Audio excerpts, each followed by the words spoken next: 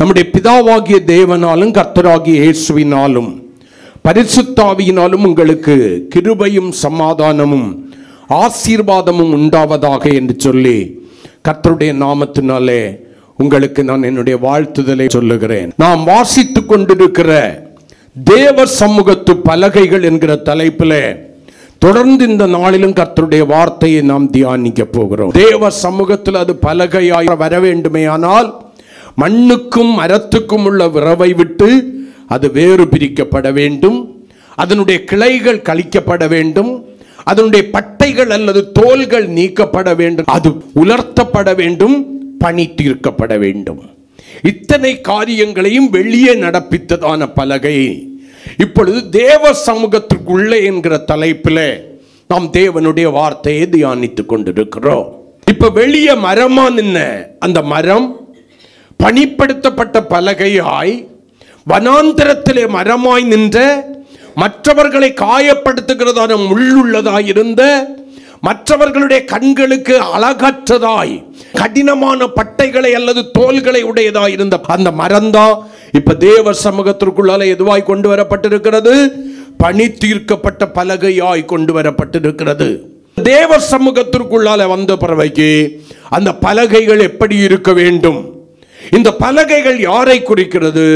நம்மை குறிக்கிறது என்று சொன்னேன். அல்லேலூயா, ஆமென். அப்ப நம்ம தேவனுடைய சமூகத்துல தேவ கிருபையினால அவருடைய சமூகத்துல பலகையாய் மாற்றப்பட்டிருக்கிறோமே. நம்முடைய வாழ்க்கை எப்படி இருக்க வேண்டும்? அந்த யாத்ராகமத்தின் புஸ்தகம் 26ஆம் அதிகாரம் 15 முதல் 30 வரையிலான வசனங்களையும், 36ஆம் அதிகாரம் 20 முதல் 34 வரையிலான வசனங்களையும் உங்களுக்கு சுட்டி காண்பித்து 4 காரியங்களை நம்ம தியானித்து விட்டோம். ஒன்று, அவைகள் நிமிர்ந்து நிற்கிறவைகளாய் இருக்க வேண்டும். உண்மை, உத்தமம், நீதி, நேர்மை என்கிற 4 ஒழுக்கங்கள் அல்லது நிமிர்ந்து நிற்குதல் அந்த பலகைக்குள்ளால இருக்கணும். எந்த விதத்திலும் அந்த பலகை என்ன பண்ணக்கூடாது? வளைந்து கொடுக்க கூடாது.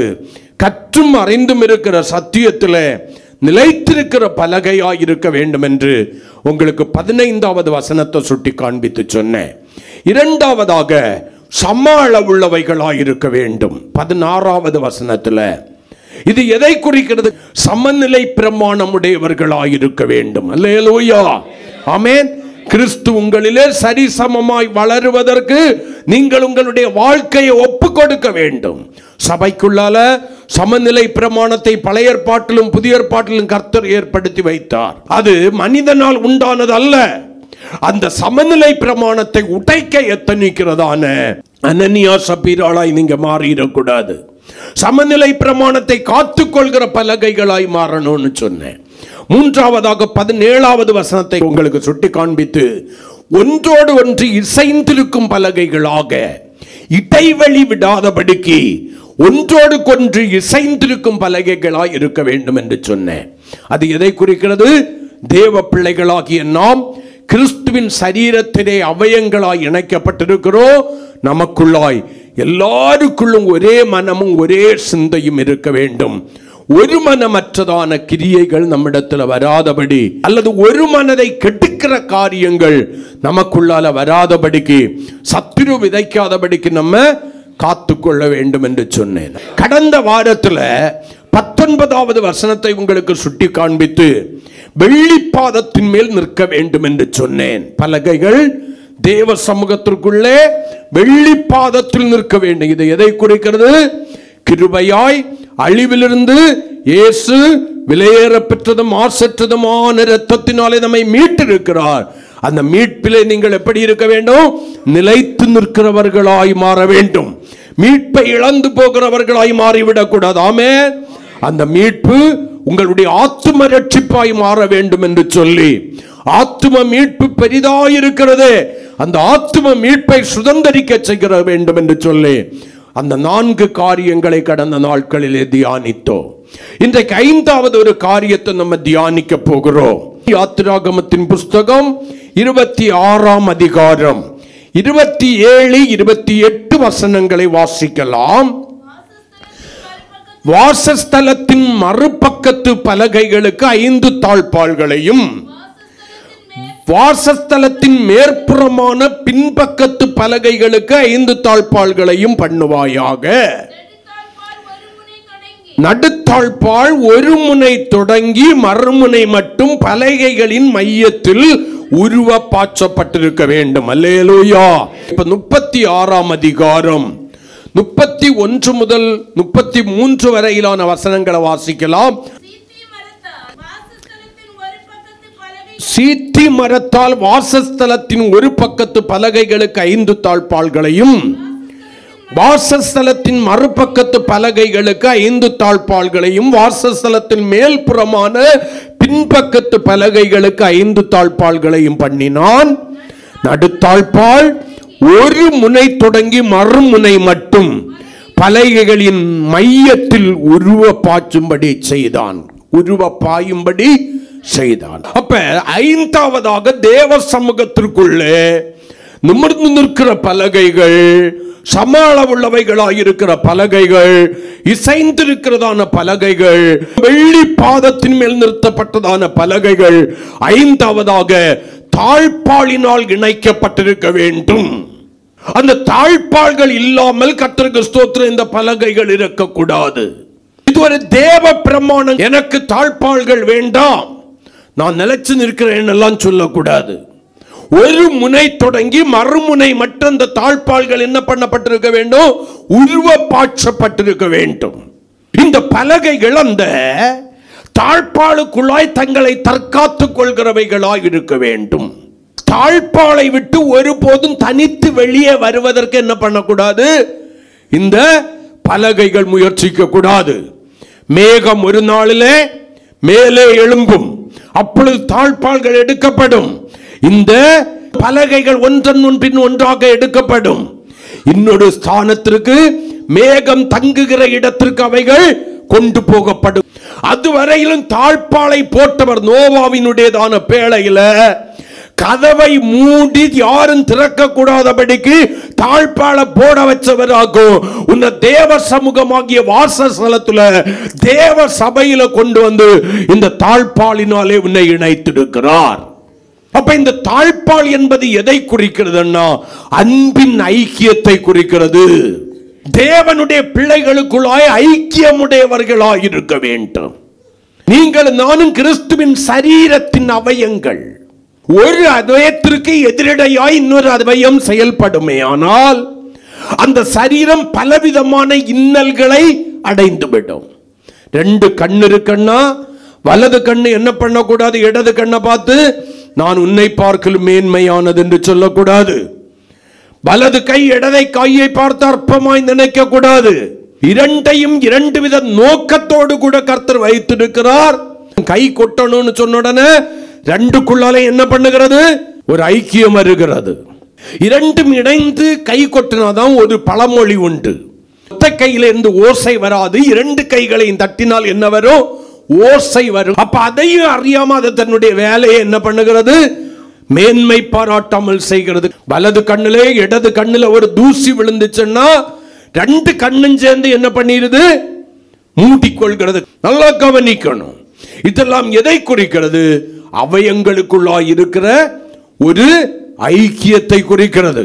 அப்ப தேவனுடைய பிள்ளைகள் சபைக்குள்ளால இயேசுவின் இரத்தத்தினால மீட்கப்பட்டு கொண்டு வந்து நிறுத்தப்பட்டிருக்கிறீங்க. உங்களுக்குள்ளால கண்டிப்பா என்ன இருக்கணும்? இந்த அன்பின் ஐக்கியம் இருக்கணும். ஐக்கியம் என்கிற தாழ்பாளை நீங்கள் உடைத்து போட அல்லது நீக்கி போட எத்தனிக்கிறதான வேளையில அங்கே என்ன வந்துருவான்?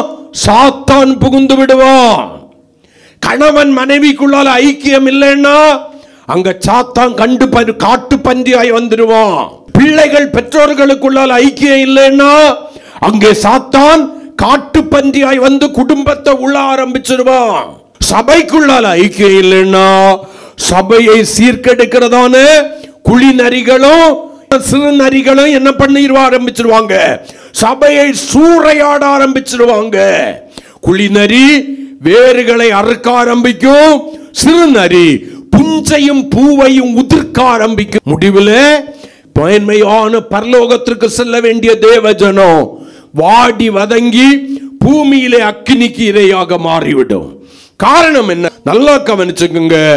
ஐக்கியமின்மை, அன்பின் ஐக்கியமின்மை. அப்ப அவயங்கள் எப்படி இணைந்து செயல்படுகிறதோ, இப்ப 2 கால்கள் நமக்கு இருக்கிறது, இதுக்கு 2க்கும் ஒரு ஐக்கியம் இருக்கிறது. நிற்கும் போது 2 ஒன்றாக நிற்கிறது. நடக்கும் போது ஒன்று முன்னால போகும்போது இன்னொன்று பின்னால, அடுத்த கால் முன்னால போனாதான் நடந்து முன்னேற முடியும். இல்ல இல்ல, நம்ம 2 பேரும் ஒன்னாதான் நடக்கணும்னா விழுந்து போய் விடுவோம். அப்ப அவைகளுக்குள்ளால ஒரு ஐக்கியத்தை கொண்டு அவைகளுக்கு என்ன கொடுக்கப்பட்டிருக்கிறதோ அவைகளை நேர்த்தியாய் செய்கிறபடினால்தான் ஒரு மனுஷனாக நீங்கள் ஒரு மனுஷியாக இந்த பூமியில வாழ்ந்து கொண்டிருக்கிறீர்கள். அருமையான தேவஜனமே, கர்த்தர் தேவ சமூகத்திற்குள்ளே தாழ்பாள்களினாலே இணைக்கப்பட்ட பலகைகளாய் நம்மை மாற்றி இருக்கிறார். எப்படி தாழ்பாள்களினாலே இணைக்கப்பட்ட பலகைகள் ஒன்று ஒன்று இணைந்து ஐக்கியமாய் இருக்கிறதோ, அதே போல தேவ பிள்ளைகளும் கிறிஸ்து என்கிற தாழ்பாளினாலே இணைக்கப்பட்டிருக்கிறோம். நானும் நீங்கள் ஐக்கியமாய் இருப்பதற்கு உங்களுடைய என்னுடைய ஐக்கியத்தில் இடைவெளி வருகிறதான வேளையில சத்துரு ஜெயித்து விடுவான். 4 காரியங்களை யாரிடத்திலே நாம் ஐக்கியமாய் இருக்க வேண்டும் என்று சொல்லி 4 காரியங்களை உங்களுக்கு ரத்தின சுருக்கமாய் சொல்லும்படி வாஞ்சிக்கிறேன். முதலாவதாக 1 கொரிந்தியர் 1ஆம் அதிகாரம் 9வது வசனத்தை வாசிக்கிறதான வேளையில வேதம் நமக்கு சொல்கிறது, நம்ம யாருகிட்ட ஐக்கியமா இருக்கணும்னு வாசிக்கலாம்.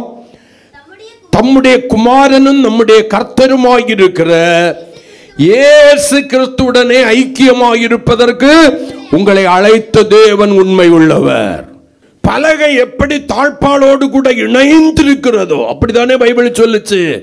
ஒரு முனை முதற்கொண்டு மறுமுனை மட்டும் இணைக்கப்பட்டிருந்தது. அந்த பலகை தாழ்பாளோடு கூட எப்படி ஐக்கியம் கொண்டிருக்கிறதோ அதே போல தேவ பிள்ளைகள் கிறிஸ்துவுடனே கூட ஐக்கியமுடையவர்களாய் இருக்க வேண்டும்.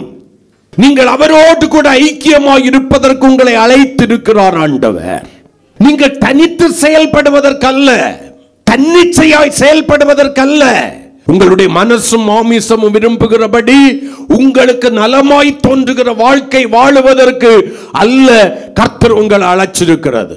வேதம் சொல்கிறது, கிறிஸ்துவுடனே கூட ஐக்கியமாயிருப்பதற்கு நம்மை அழைத்திருக்கிற தேவன் உண்மை உள்ளவர். அந்த ஐக்கியத்தை ஒருபோதும் நீங்கள் நான் என்ன பண்ணிடக்கூடாது, விட்டுவிடக்கூடாது. கிறிஸ்துவுக்கு நமக்கு இடையில எந்த ஒரு இடைவெளியும் வராம பாதுகாத்துக் கொள்ள வேண்டும். அல்லேலூயா. வேத தியானத்திலும் சரி, ஜெப வாழ்க்கையிலும் சரி, பரிசுத்தத்தை காத்துக்கொள்வதிலும் சரி, விசுவாசத்தை காத்துக்கொள்வதிலும் சரி, உண்மை உத்தமமாய் வாழுவதிலும் சரி, உங்களுடைய சிந்தையிலும் சரி, பேச்சிலும் சரி, கர்த்தருக்கும் உங்களுக்கும் இடைவெளி விழுகிற ஒரு கரைபடாத வாழ்க்கை நீங்கள் வாழ வேண்டும். இயேசுவோடு எப்பொழுதும் இணைந்திருக்கிற ஒரு வாழ்க்கை வாழணும். ஆண்டவராகிய இயேசு கிறிஸ்து இந்த பூமியில மனுஷனாக வாழுகிறதான வேளையில யோவான் 15ஆம் அதிகாரம் 5வது வசனத்தில் நாம் கை கொள்ள வேண்டிய ஒரு காரியத்தை சொன்னார். வாசிக்கலாம். நானே திராட்சை செடி, நீங்கள் கொடிகள். நான் திராட்சை செடி, நீங்கள் கொடிகள். ஒருவன் என்னிலும் நான் அவனிலும் நிலைத்திருந்தால் என்பது எதை குறிக்கிறது? ஐக்கியப்பட்டிருந்தால். ஒருவன் என்னிலே இணைந்திருந்தால், ஐக்கியமாயிருந்தால், நான் அவனிடத்திலே ஐக்கியமாயிருப்பதற்கு அவன் எனக்கு இடம் கொடுக்கிற செடியாகிய என்னிலே நிலைத்திருக்கிற கொடியாயிருப்பானே, ஆனால் அவன் மிகுந்த கனிகளை கொடுப்பான். தேவ நாம மகிமைக்கென்ற வாழ்க்கை அவனாலே அவளாலே வாழ முடியும். தேவனை துக்கப்படுத்தாத ஒரு வாழ்க்கை. என்னை அழைத்த தேவன் உண்மை உள்ளவராயிருக்கிறார். அவரோடு கூட ஐக்கியமாய் இருப்பதற்கு, என்னை அவரோடு கூட ஐக்கியமாய் இருக்கிறதற்கு அழைத்திருக்கிற தேவனுக்கு முன்பாக எல்லா வேளையிலும் நான் உண்மையும் உத்தமம் உள்ளவனாய், கரைப்படாதவனாய், கரைப்படாதவளாய் வாழுவதற்கு என்னுடைய வாழ்க்கையை அர்ப்பணித்திருப்பேன்.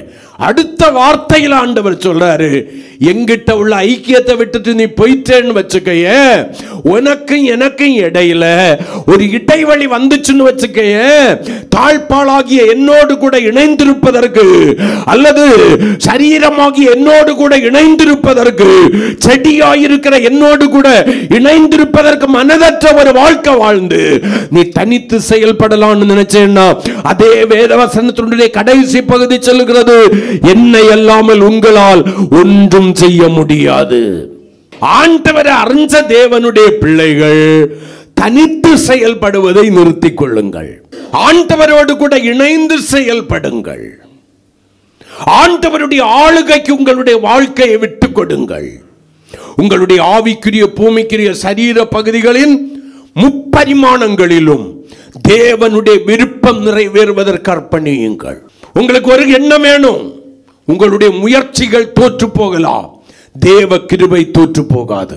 உங்களுடைய முயற்சிகள் உங்களை வெட்கப்படுத்தலாம், தேவ கிருபை உங்களை வெட்கப்படுத்தாது. எந்த ஒரு மனுஷன், எந்த ஒரு மனுஷி கர்த்தரை சார்ந்து வாழ்வதற்கு, அவரிலே இணைந்து வாழ்வதற்கு, அவரோடு கூட ஐக்கியமாக இருப்பதற்கு தன்னை பழக்குவித்துக் கொண்டானோ, பழக்குவித்துக் கொண்டாலோ, கொஞ்சம் கூட இடைவெளி இயேசுவுக்கும் எனக்கும் இடையிலே வராத ஒரு வாழ்க்கை வாழ்றதுக்கு, அவருடைய அன்பை விட்டு என்னை எந்த ஒரு காரியங்களும் பிரிப்பதற்கு இடம் கொடுக்காதபடிக்கு ஒரு வாழ்க்கை வாழுவதற்கு கற்றுக்கொண்டார்களோ, அவர்கள் தேவனாலே கனம் பண்ணப்படுவார்கள். ஆண்டவர் எவ்வளவு அழகா சொல்றாரு பாருங்க, என்னை அல்லாமல் உங்களால ஒன்னும் செய்ய முடியாது. நீங்க என்னென்னமோ செய்யலாம்னு தான் நினைக்கிறீங்க. அப்படி போய் இப்படி வந்துடலாம், இப்படி போய் அப்படி வந்துடலாம், எனக்கு இருக்கிற திறமைக்கு, எனக்கு இருக்கிற ஞானத்திற்கு, எனக்கு இருக்கிற அறிவுக்கு நான் அப்படி பண்ணிடுவேங்கிறீங்க. சம்டைம் உங்களுடைய முயற்சிகள் எல்லாம் பொய்த்து போயின, தோல்வியை கொண்டு வந்தன. சமாளித்து விடலாம் என்று நீங்கள் நினைத்த இடத்துல தலை தாழ்ந்து போவதற்கு காரணம் அதுதான். ஆண்டவரை விட்டுக்கிட்டு, அவரோடு கூட உள்ள ஐக்கியத்தை விட்டுக்கிட்டு மனுஷனை பிரியப்படுத்துவதற்காக நீங்கள் முயற்சிக்கிறீர்கள். உறவுகளை பிரியப்படுத்துவதற்காக நீங்கள் முயற்சிக்கிறீர்கள். நீங்க எப்ப எல்லாம் ஆண்டவரை விடுறீங்களோ அவர் அப்ப எல்லாம் விலகி விடுவார். அவர் விலகிடுவாரு. அவர் கொஞ்ச நாளைக்கு தேடி தேடி வந்து மறுபடியும் ஒன்று சேர்த்து கொள்வார். அதுக்கு பிறகு சரி நீ போயிட்டு வா பார்த்துக்கலான்னு அவர் அமைதியா இருந்துடுவாரு. தாழ்பாளுக்கு வேலை என்ன களத்தி வைக்கிற இடத்துல பேசாம இருக்கும். அதுக்கப்புறம் கர்த்தருக்கு சோத்திரம் களத்தினவன் வந்து என்ன பண்ணணும், இணைக்க வேண்டும். நீ எந்த இடத்துல கிறிஸ்துவுக்கும் உனக்கும் இடைவெளி வருவதற்கு இடம் கொடுத்தாயோ அந்த இடத்தை நீர் தான் என்ன பண்ணணும், சீர் செய்ய வேண்டும். கிருபதாரும் இல்ல, நீ இந்த இடத்திலே விழுந்தாய் என்பதை நினைத்து அந்த இடத்துல இருந்து மனம் திரும்பி எழும்பணும். விழுந்து கிடக்கிறோங்கிறது தெரியுது. விழுறதுக்கு ஆண்டவர்கிட்ட கிருபதாரோன்னு கேட்டியா? கேட்கல. அவர் விழுந்துருவ பார்த்துன்னு சொன்னதுக்கு செவி கொடுத்தியா? கொடுக்கல. அவருடைய எச்சரிப்பின் சப்தத்தை முதுகுக்கு பின்னால எறிஞ்ச. ஆனா இப்ப விழுந்து கிடக்கிற, விழுந்தேங்கிறத தெரிஞ்சுக்கிட்டு யாருக்கும் தெரியாம எழும்பணும்னு எத்தனையோ தடவை முயற்சிக்கிற, ஆனா உன்னால முடியல. இப்ப ஆண்டவரை பார்த்து சொல்லிக்கிட்டு இருக்கிற கிருபதாரும், முதலாவது நீ தான் எழும்பணும். ஆண்டவருடைய கரங்களை ஒப்பு கொடுத்து நீ எழும்பணும். கிருபதாருன்னு கேட்கறதுனால ஒரு பிரயோஜனம் இல்லை. நீ கடத்தி வச்ச தாப்பால நீ தான் போடணும். நீ எந்த இடத்துல கிறிஸ்துவை விட்டாயோ, எந்த இடத்துல அவரை துக்கப்படுத்தினாயோ, எந்த இடத்துல அவரை மறுபடியும் சிலுவையில் அறைந்தாயோ அந்த இடத்தை சீர்படுத்தி மறுபடியும் கிறிஸ்துவோடு கூட இணைந்து கொள்ள வேண்டும். அவர் நீயும் ஒன்றாய் இணைந்து செயல்படுகிற ஒரு ஐக்கியம் கிறிஸ்துவுக்கும் உனக்கும் உள்ளால இருக்கணும். அவரை விட்டு ஏதொன்றும் உன்னை பிரிக்காத ஒரு ஐக்கியம் உனக்கும் கிறிஸ்துவுக்கும் இருக்கணும். உன் ஜெப வாழ்க்கை பெருகணும், உன்னுடைய விசுவாச வாழ்க்கை பெருகணும். நம்ம எல்லாம் மாதத்திற்கு ஒரு முறை கர்த்தருடைய பந்தி ஆசரிக்கிறோம். கிறிஸ்துவனுடைய மாம்சத்தை புசித்து இரத்தத்தை பானம் பண்ணுகிறோம். அதற்கு அர்த்தம் தெரியாமலே பண்ணிக்கிட்டு இருக்கிறோம்.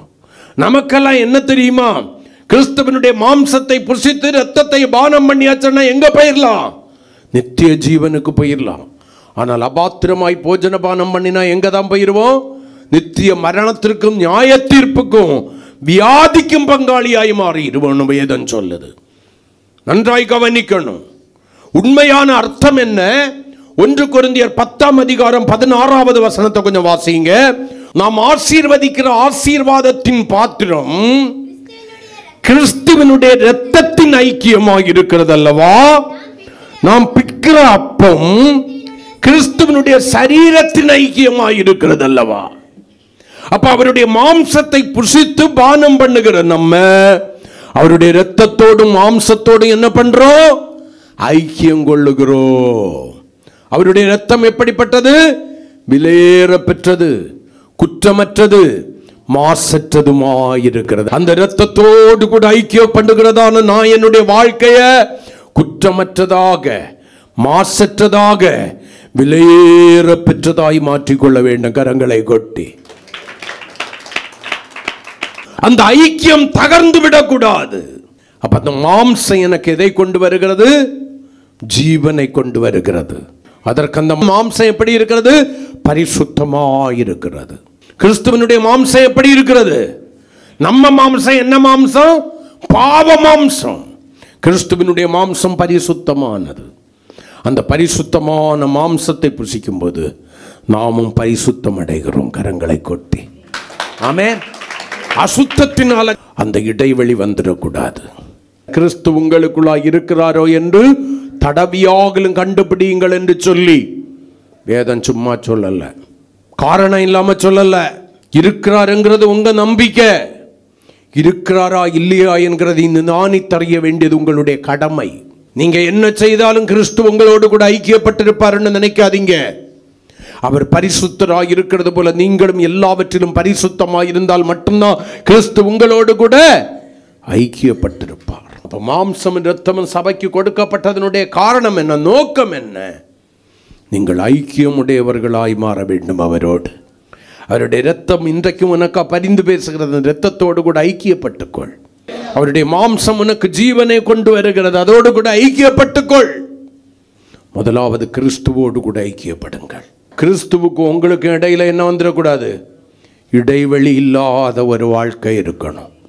தேவ சமூகத்திற்குள்ளே, அதாவது தேவ சபைக்குள்ளே, தேவ வாசஸ்தலத்திலே பலகையாய் நிறுத்தப்பட்டிருக்கிற என் அன்பு சகோதரனே, சகோதரனே, வாலிபனே, கன்னிகையே, எந்த ஒரு விதத்திலும் கிறிஸ்துவுக்கும் உங்களுக்கும் இடைவெளி வராதபடி, உங்களுடைய ஐக்கியம் பிளவுபடாதபடிக்கு நீங்கள் தனித்து செயல்படுகிறவர்களாய் அல்ல, அவரோடு கூட இணைந்து செயல்படுகிறவர்களாயிருங்கள். கர்த்தர் உங்களை ஆசீர்வதிப்பார். அல்லேலூயா. இரண்டாவதாக 2 கொரிந்தியர் 13ஆம் அதிகாரம் 14வது வசனத்தை வாசிக்கலாம்.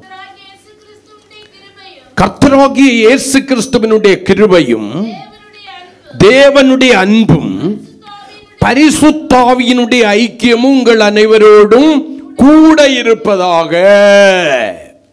அப்ப கிறிஸ்துவோடு கூட ஐக்கியப்பட்டு கொண்ட நீங்க உங்களை கிறிஸ்துவின் சாயலுக்கொப்பாய் மாற்றும்படி தேவன் கிருபையாய் கொடுத்திருக்கிற பரிசுத்தாவியானவரோடு கூட என்ன பண்ணணும்?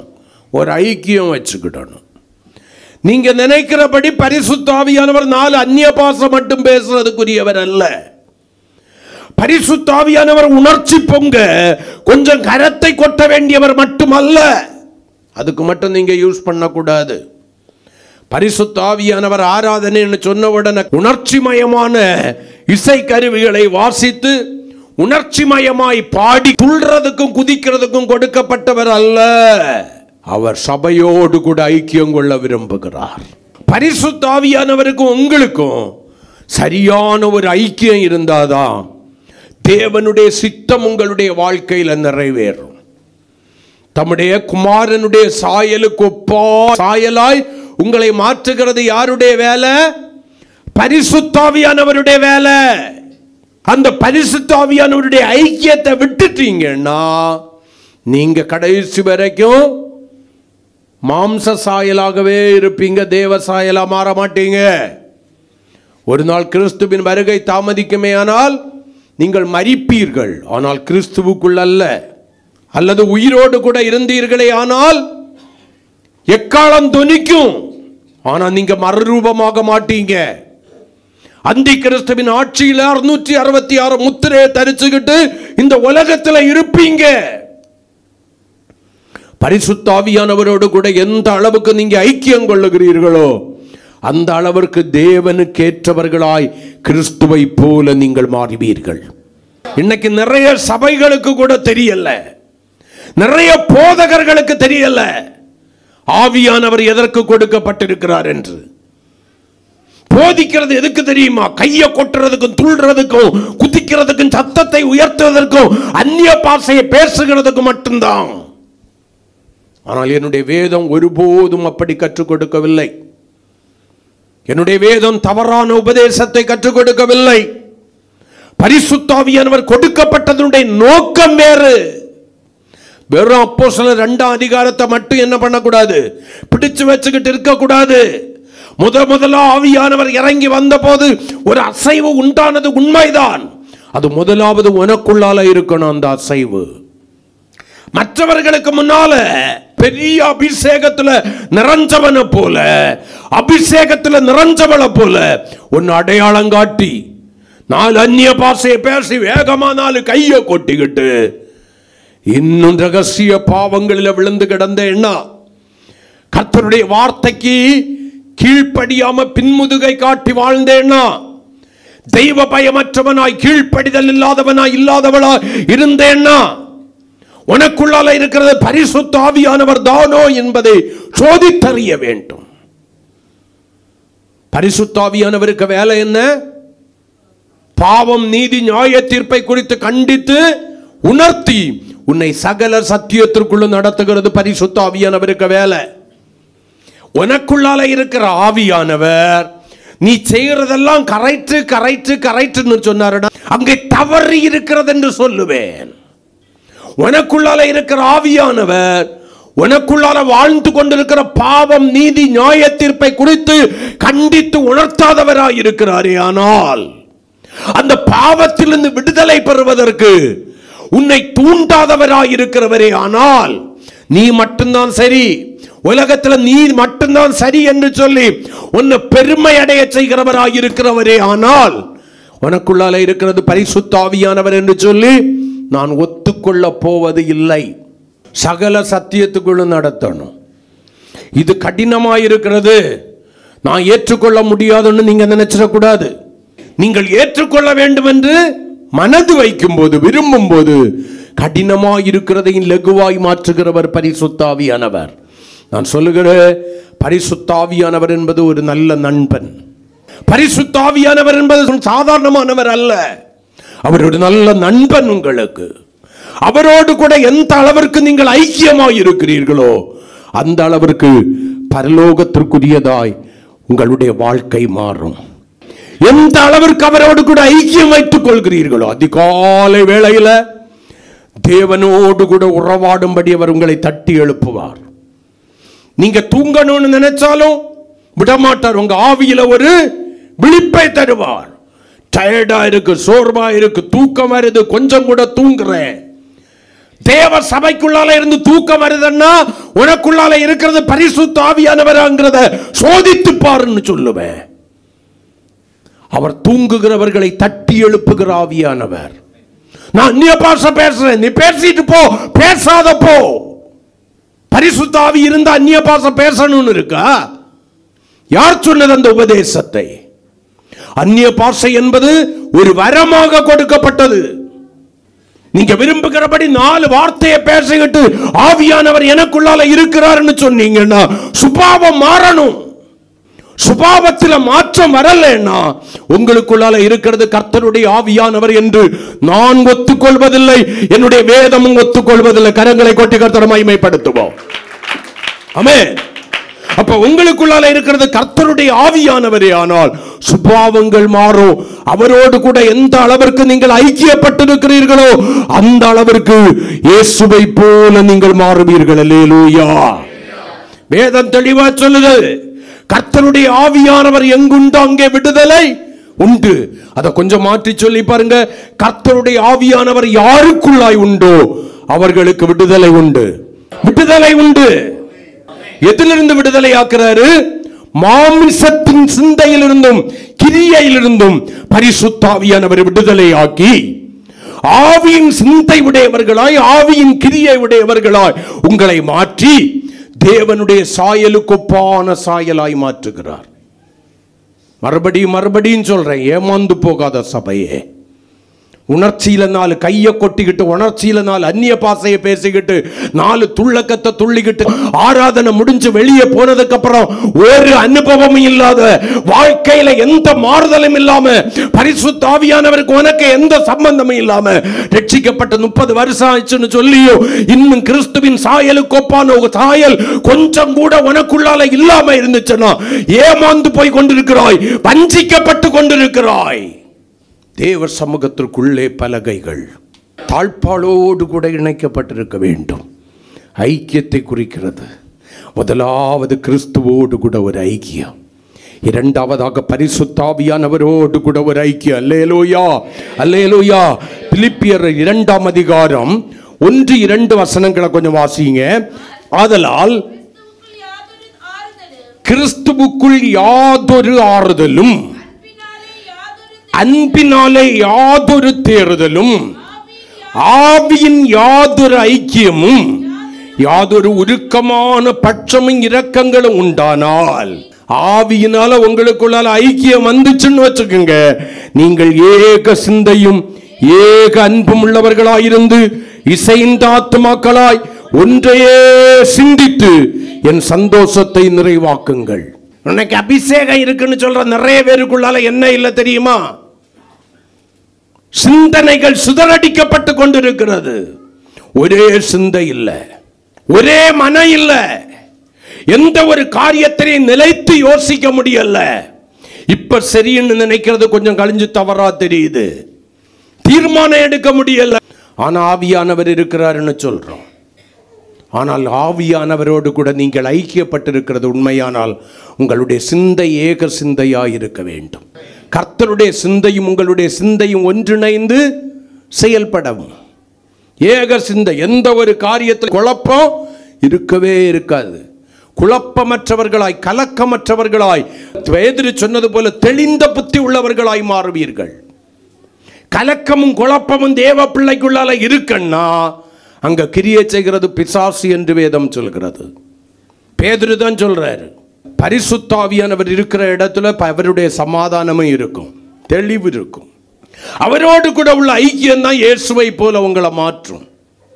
அந்த ஐக்கியம் கொஞ்சம் கொஞ்சமா குறையும் போது உங்க ஜெப வாழ்க்கை குறைய ஆரம்பிக்கும், வேத தியானம் போர் அடிக்க ஆரம்பிக்கும். ஜெபம்னு சொன்ன உடனே ஒரு சோர்வு, ஒரு அசதி, ஒரு தூக்கம், நாளைக்கு பார்த்துக்கலாம். பைபிளை கையில எடுத்த உடனே எல்லாத்துக்கும் முடியும். பல மணி நேரங்கள் செல்போனை வச்சு நோண்டிக்கிட்டு இருக்கிறதுக்கு முடியும். ஆனா பைபிளை எடுத்த உடனே வாருமையா போதகரே வந்தமிடம் தங்கீரேசுவின் நாமத்தில் ஆமென்.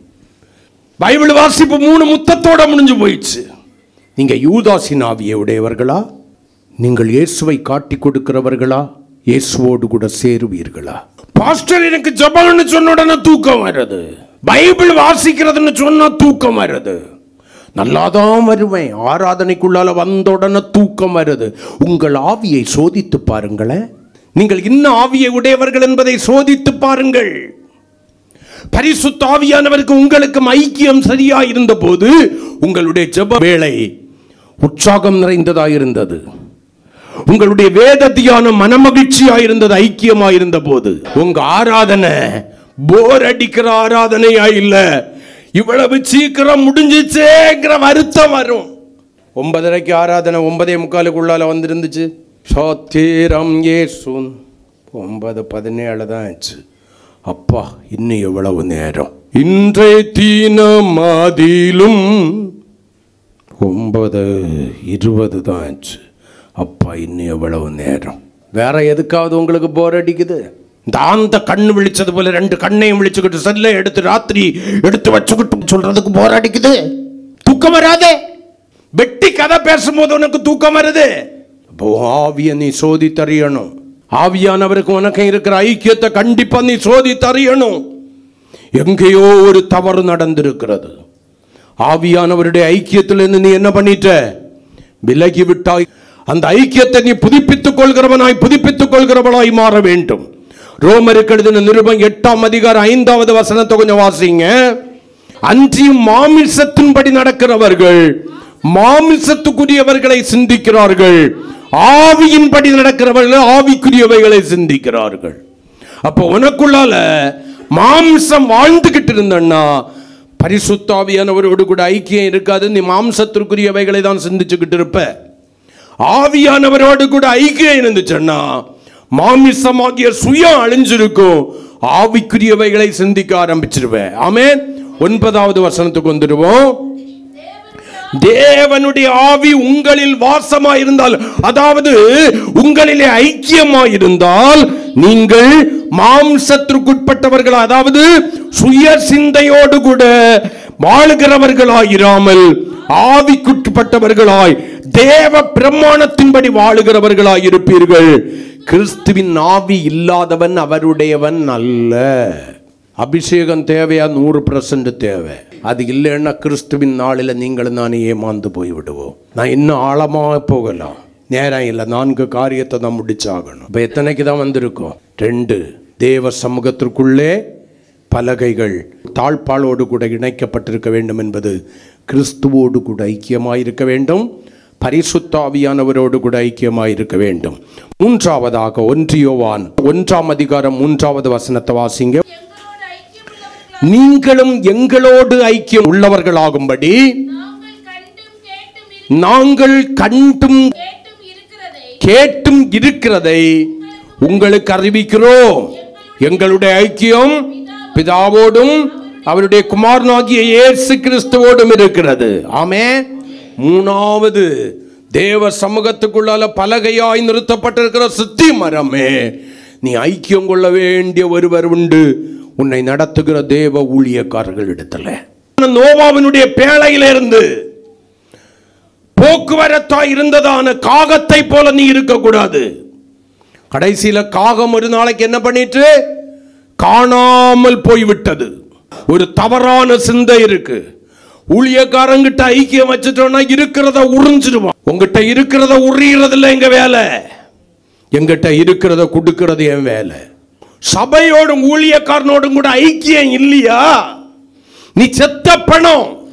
நீ சபைக்குள்ளால இருக்கிறது ஒண்ணுதான், லேகியோனை போல கல்லறைக்குள்ளால இருக்கிறது ஒண்ணுதான். நீ காணிக்கை கொடுப்பது, தசமபாகம் கொடுப்பது அல்ல ஐக்கியம். ஊழியக்காரனை குறிச்ச பாரம் உனக்கு எவ்வளவு இருக்கு? நான் என்ன குறிச்சுன்னு பேசல. தேவ ஊழியக்காரனுடைய ஒரு நட்பு, ஒரு ஐக்கியம், ஒரு யூனிட்டி இருந்துச்சான்னாதான் நீங்க இன்னும் கிறிஸ்துவிலே தேர முடியும். நீங்கள் ஐக்கியத்தை உடைக்கிற கோராகும் அவன் கூட்டமுமாய் இருக்கக்கூடாது. உங்களுக்கு நேராய் ஒரு கூட்டத்தை திருப்புகிறதான கோராகமும் கூட்டமுமாய் இருக்கக்கூடாது.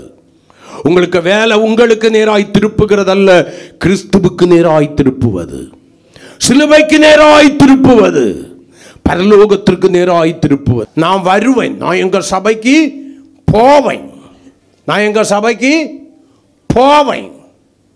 ஆனால் எங்கள் பாஸ்டர்கிட்ட இதுவரைக்கும் நான் பேசினதே கிடையாது. அதில் ஒரு பெருமை. சபை என்பது கிறிஸ்துவின் சரீரம். அங்கே ஒரு ஐக்கியம் வேணும். 1 மாசத்துல ஐக்கியப்பட முடியலையா? 2 மாசத்துல ஐக்கியப்படணும். 3 மாசத்துல ஆகிடும்.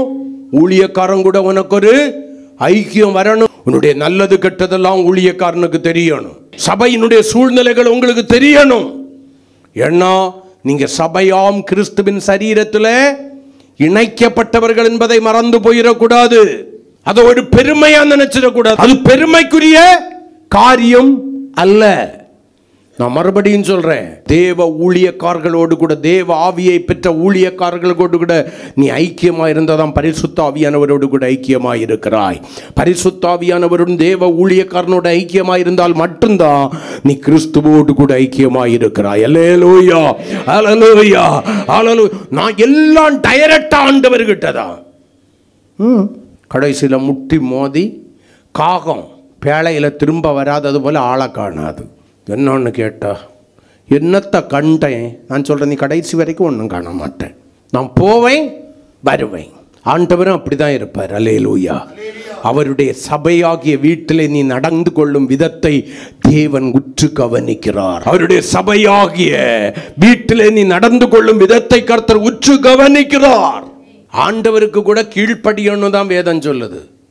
ஆனா வேதம் இன்னொரு பிரமாணத்தையும் சேர்த்து சொல்கிறது, உங்களை நடத்துகிறவர்களுக்கு கீழ்ப்படிந்து அடங்குங்கள் என்று வேதம் சொல்கிறது. அங்க காம்ப்ரமைஸும் கிடையாது. அவர் அப்படி சொல்லிட்டாரு, இப்படி சொல்லிட்டாரு. எத்தனை சபைக்கு போடுவ, எத்தனை சபைக்கு ஓடுவ? கடைசியில் எல்லா பயக்களும் கள்ள பயக்க தான். அந்த கடை நான் சொல்றேன், நீ தான் கள்ள, நீ தான் கள்ளி. நீ சரியில்லாததுனால அந்த ஸ்தானத்தில் வச்சு எல்லாரையும் பார்க்கிற. எனக்கு கர்த்தர் கிருபையாய் தந்த சபை அப்படி இல்லாதபடியினாலே கர்த்தரை துதிக்கிறேன். கலாத்தியர் 2ஆம் அதிகாரம் 9வது வசனத்தை கொஞ்சம் வாசிங்க. எனக்கு அளிக்கப்பட்ட கிருபையை அறிந்தபோது தூண்களாக எண்ணப்பட்ட யாக்கோபும் கேபாவும் யோவானும் தங்கள் சேதனம் உள்ளவர்களுக்கும் நாங்கள் புறஜாதியருக்கும் பிரசங்கிக்கும்படி அந்யோன்ய ஐக்கியத்திற்கு அடையாளமாக எனக்கும் பர்னபாவுக்கும் வலது கை கொடுத்து. அப்ப ஐக்கிய இடத்துல இருக்கிற இடத்துல என்ன பண்ணுவாங்க? கை கொடுப்பார்கள். கை என்ன சேக்கன் கொடுக்கிறது இல்ல, தூக்கி விடுதல். ஒருவர் குறைகளை ஒருவர் மன்னித்து தூக்கி விடுகிற ஒரு அனுபவம் நமக்குள்ளால இருக்கும். அப்ப நான் இதை சுருக்குகிறேன். தேவ சமூகத்திற்குள்ளால வந்த பலகை முதலாவது நிமிர்ந்து நிற்கணும். உண்மை, உத்தமம், நேர்மை, நீதி, 4 காரியம் அந்த பலகையில் தென்படணும். இரண்டாவதாக சம அளவுள்ளவைகளாக இருக்கணும். சமைக்குள்ள நாம் பெரியவன் நீ பெரியவன் என்கிற ஏற்றத்தாழ்வை காமிக்காம சமநிலை பிரமாணத்துக்குட்பட்டவர்களாக இருக்கணும். மூன்றாவது தேவ சமூகத்தில் வந்த பலகை இசைந்திருக்க வேண்டும், ஒன்றோடு கூட ஒன்று, ஒரு மனம். நான்காவது தேவ சமூகத்தில் வந்த உள்ளே வந்த பலகை வெள்ளி பாதத்தின் மேல் நிறுத்த வேண்டும். தான் மீட்கப்பட்டவர் என்கிற உண்மையை அறிந்து அந்த மீட்பிலே நிலைத்திருக்க வேண்டும், கிறிஸ்துவில் சேர்க்கப்படும் வரை. அல்லேலூயா. இன்னைக்கு 5வது என்ன தியானிச்சுக்கிட்டு இருக்கிறோம்? தாழ்பாள்களினால் இணைந்திருக்க வேண்டும். இது எதை குறிக்கிறது? ஐக்கியத்தை குறிக்கிறது. கிறிஸ்துவோடு, பரிசுத்த ஆவியானவரோடு, தேவ ஊழியர்களோடு கூட ஐக்கியம். 4வது ஒரு ஐக்கியத்தை சொல்லி நான் முடிக்கிறேன். 1 யோவான் 1ஆம் அதிகாரம் 7வது வசனம். அவர் ஒளியில் இருக்கிறது போல நாமும் ஒளியிலே நடந்தால் ஒருவரோடு ஒருவர் ஐக்கியப்பட்டிருப்போம்.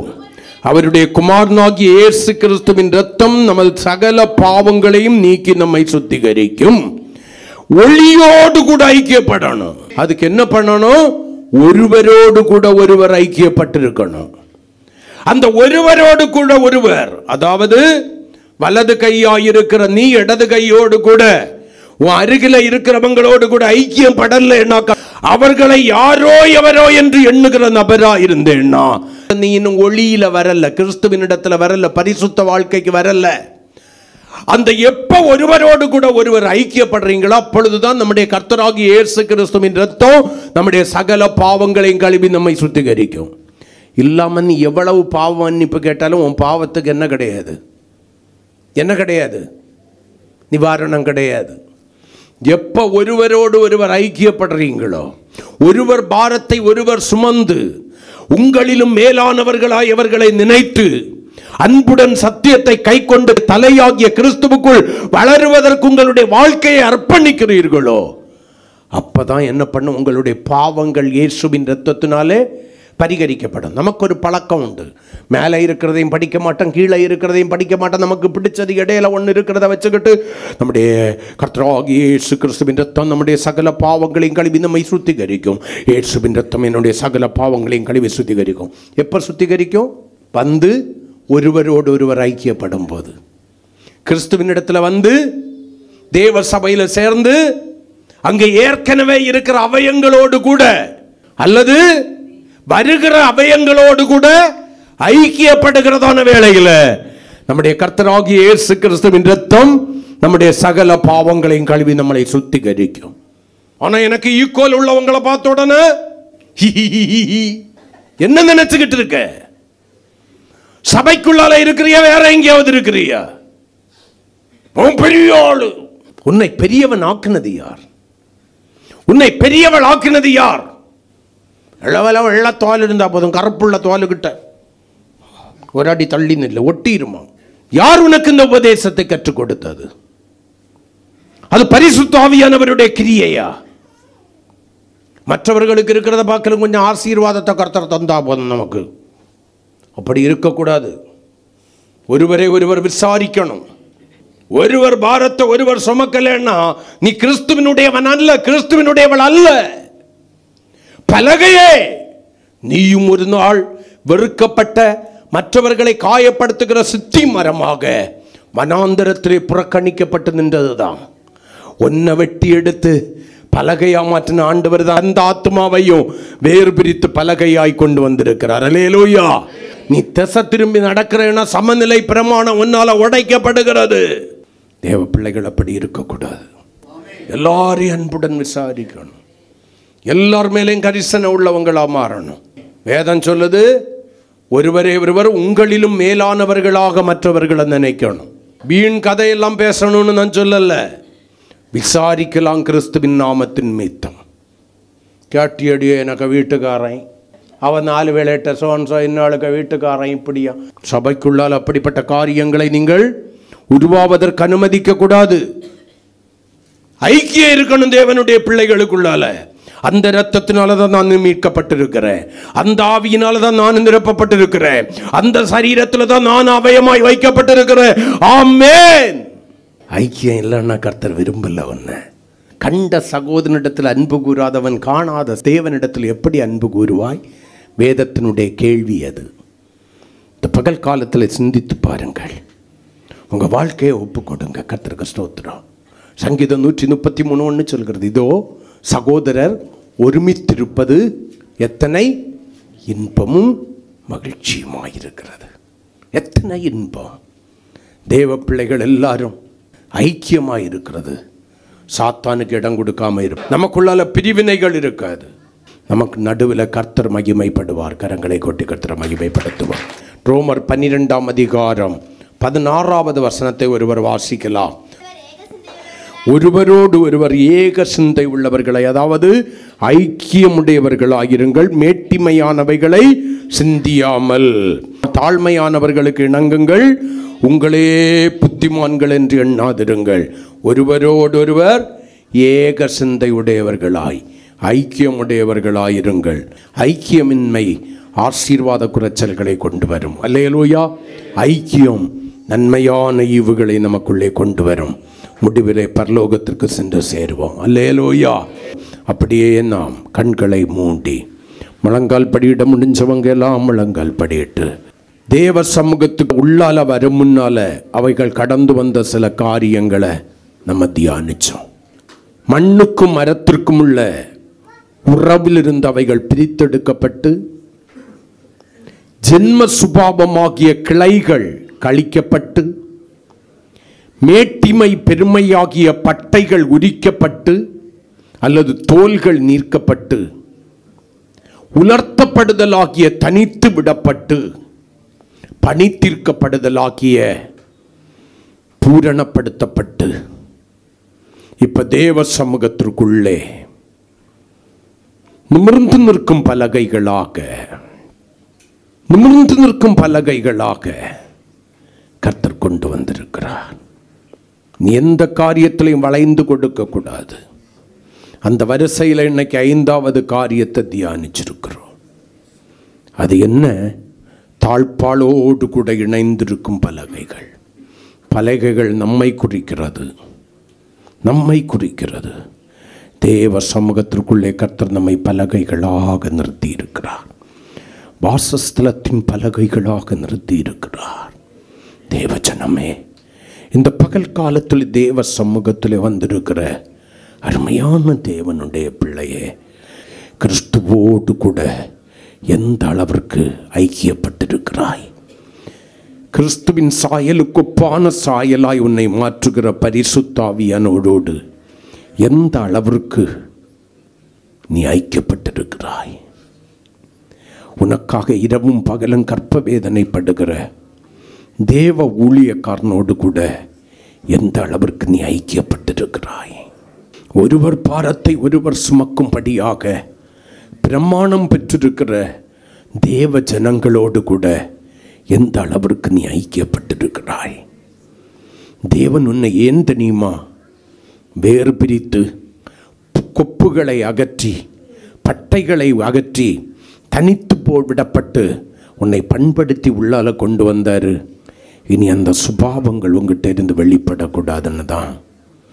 எப்படி சாலமோன் தேவனுக்கு ஆலயம் கட்டும்போது பணி தீர்க்கப்பட்டு கொண்டு வரப்பட்ட விலையேறப்பெற்ற கல்கரினாலே கட்டப்படியினாலே அது கட்டப்படுகையில் சுத்திகள் வாட்சிகளுடைய சப்தம் கேட்காமல் இருந்ததோ, அதே போல சபை இருக்கணுங்கிறதுக்காக தான் பணி தீர்த்து உள்ளால கொண்டு வர அனுமதிச்சார். தேவஜனமே பல வாரங்களாக இந்த செய்தியை தொடர்ந்து நம்ம கேட்டுக்கிட்டு இருக்கிறோம். நம்ம மாறி இருக்கிறோமா? எந்த அளவுக்கு கிறிஸ்துவோடும் பரிசுத்த ஆவியானவரோடும் தேவ ஊழியக்காரர்களோடும் தேவ பிள்ளைகளோடும் கூட நம்முடைய ஐக்கியம் இருக்கிறது? இல்லை தனித்து செயல்படுகிறவர்களாக இருக்கிறோமா? ஊழியம் தனித்து சபைக்குள்ளால இருக்கும், ஊழியம் தனித்து ஆண்டவரையும் விட்டுக்கிட்டு சபையையும் விட்டுக்கிட்டு ஆவியானவரையும் விட்டு தனித்து. யார் உனக்கு அந்த அதிகாரத்தை கொடுத்தது? எதை செய்தாலும் கர்த்தருக்கென்று செய்யும்படி அழைக்கப்பட்டவர்கள் அல்லவா? என்னை இல்லாமல் ஒன்று செய்ய முடியாதுன்னு எல்லாம் ஆண்டவர் சொல்லி இருக்கிறாரு. இந்த காலை வேளையில் சபை உனக்கு ஆசீர்வாதத்திற்கான இடம் மட்டுமல்ல, சபை உன்னை பரலோக ராஜ்யத்திற்கு கொண்டு செல்லும்படியாக, அழிவிலிருந்து உன்னை பாதுகாக்கும்படியாக தேவனால் ஏற்படுத்தப்பட்டிருக்கிற பேழை ஆகிய பெட்டகம். அந்த சபையாகிய கிறிஸ்துவின் அவயத்தில் நீ எந்த அளவுக்கு ஐக்கியப்பட்டிருக்கிற? இந்த காலை வேளையில் சிந்திப்போம், மாறுவோம், மாற்றம் பெறுவோம், ஆசீர்வதிக்கப்பட்டவர்களாய் மாறுவோம். மாரநாதா, இயேசு சீக்கிரம் வருகிறார். இயேசு சீக்கிரம் வருகிறார். சபையை தன்னுடைய வருகைக்கு ஆயத்தப்படுத்தி கொண்டிருக்கிறார். சபையே விழித்துக்கொள். சபையே இந்த காலை வேளையில் விழித்துக்கொள். சபையே விழித்துக்கொள். மரணமானாலும் கிறிஸ்துவுக்குள்ளாய், ஜீவனானாலும் கிறிஸ்துவுக்குள்ளாய். Price God. மரணமானால் முதலாம் உயிர்த்தெழுதலுக்கு பங்குள்ளவர்களாய் தகுதிப்பட்டு மரிக்கிற ஒரு அனுபவம். ஜீவனோடு இருந்தால் பிரதான தூதனுடைய காலம் துணிக்கிற அந்த கடைசி நிமிடத்தில் நொடிப்பொழுதில் மறுரூபமாகி இயேசுவோடு கூட சேருகிற ஒரு அனுபவம். உங்கள் வாழ்க்கையை மாற்றிக்கொள்வீர்களா? கர்த்தர் உங்களை ஆசீர்வதிப்பார்.